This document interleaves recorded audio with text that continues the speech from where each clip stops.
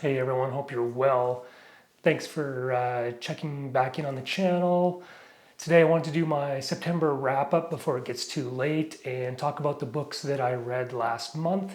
I know it's October now, but I think that's how it is. You get kind of a little late, so I thought I would do that.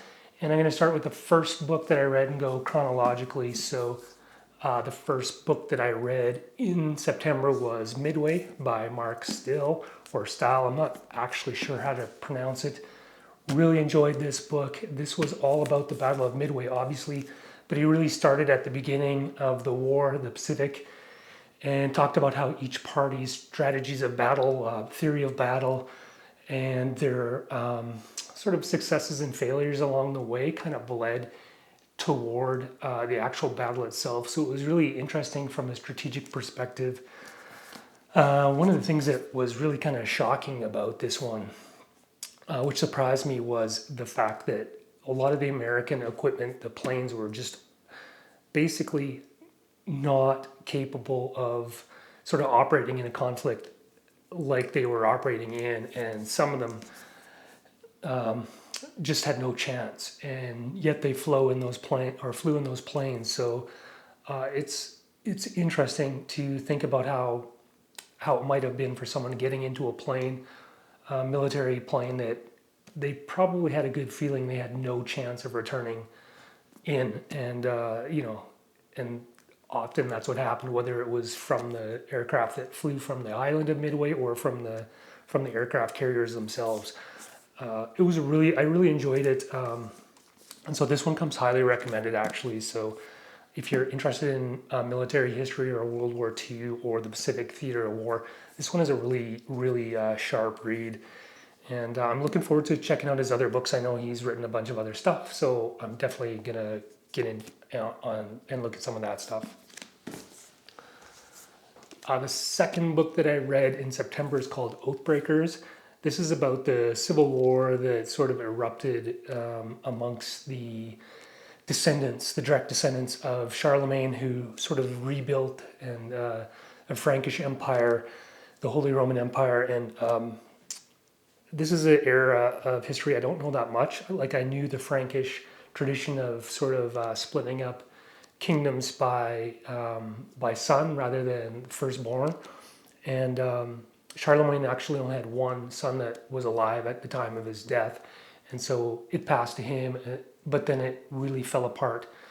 I guess it would be Charlemagne's grandsons, and it sort of erupted into a civil war that kind of, in a way, shapes modern Europe. The West Franks and in France, and the East in Germany and elsewhere. So as far as the book goes, I found it a little bit repetitive. I didn't actually enjoy it that much, despite the fact that I knew a lot of it, or sorry, I didn't know a lot of it. This one I wouldn't recommend. Some of it, I don't know what it was about it, but like sometimes the authors, and I should say Matthew Gabriel and David M. Perry are the two authors.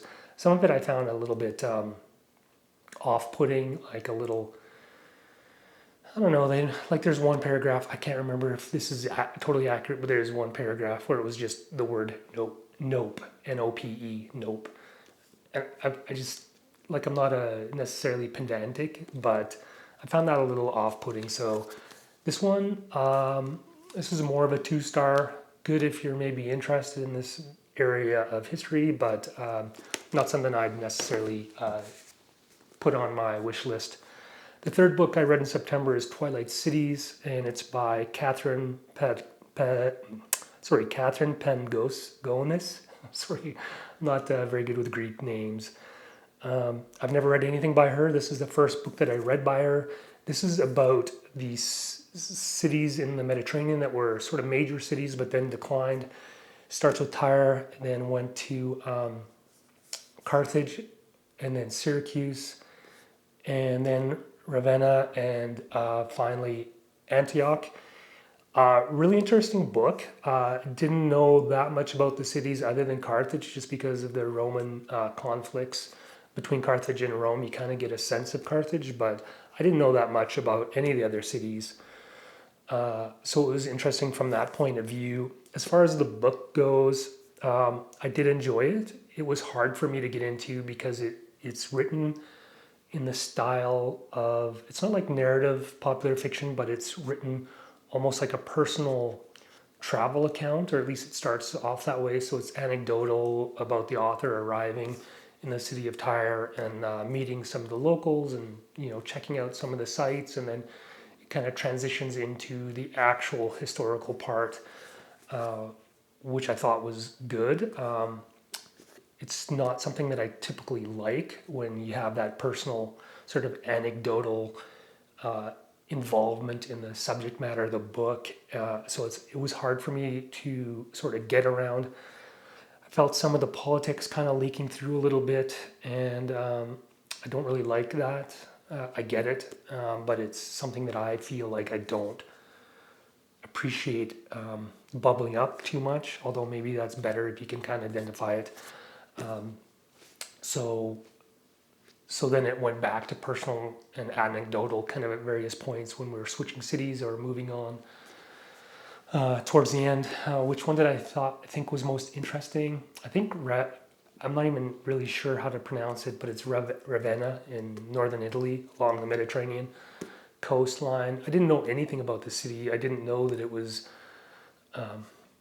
used as the capital city, and was kind of at the touch point between the Western Roman Empire and Byzantium, that sort of the great emperors like Charlemagne had visited and were struck by it.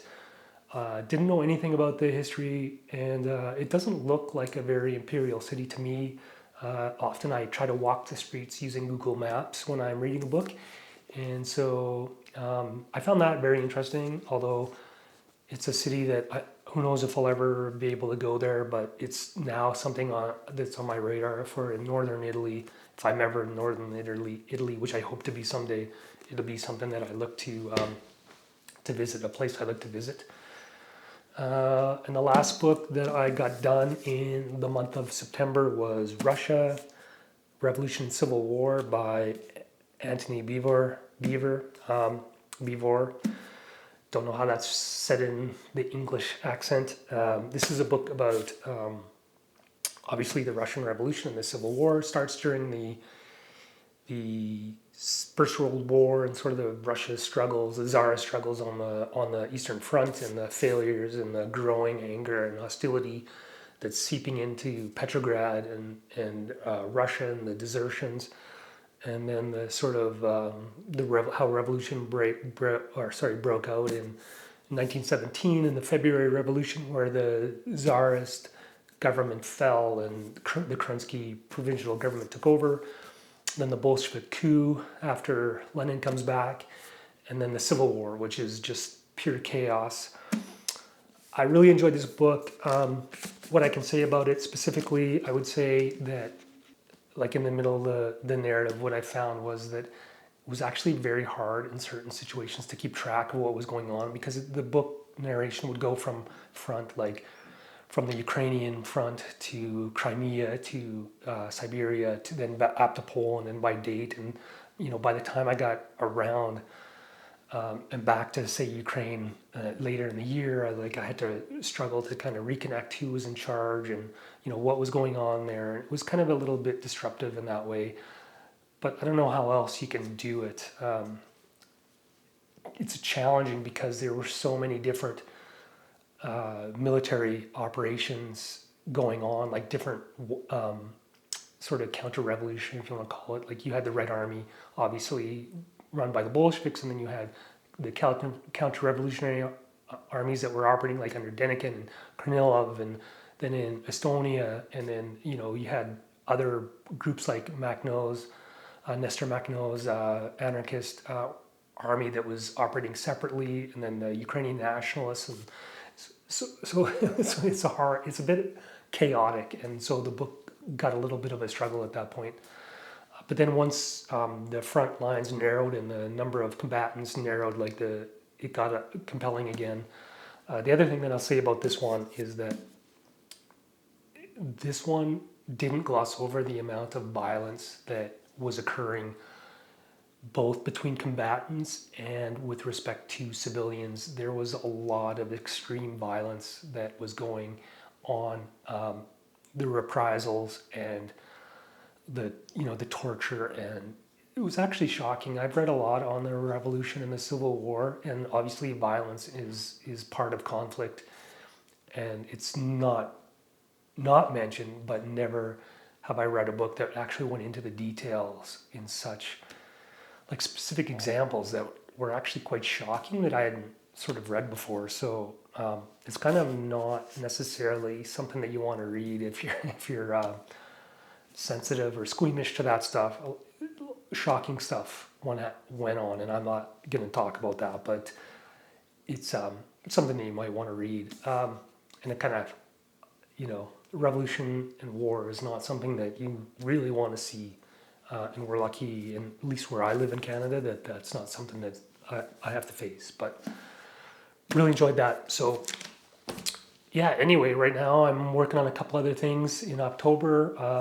Hopefully I'll have a video out soon on what I'm working on and where I'm at. So if you got this far, would appreciate your support with a like and a follow. Hope you're doing well, and you're going to have a great week ahead of you. Take care.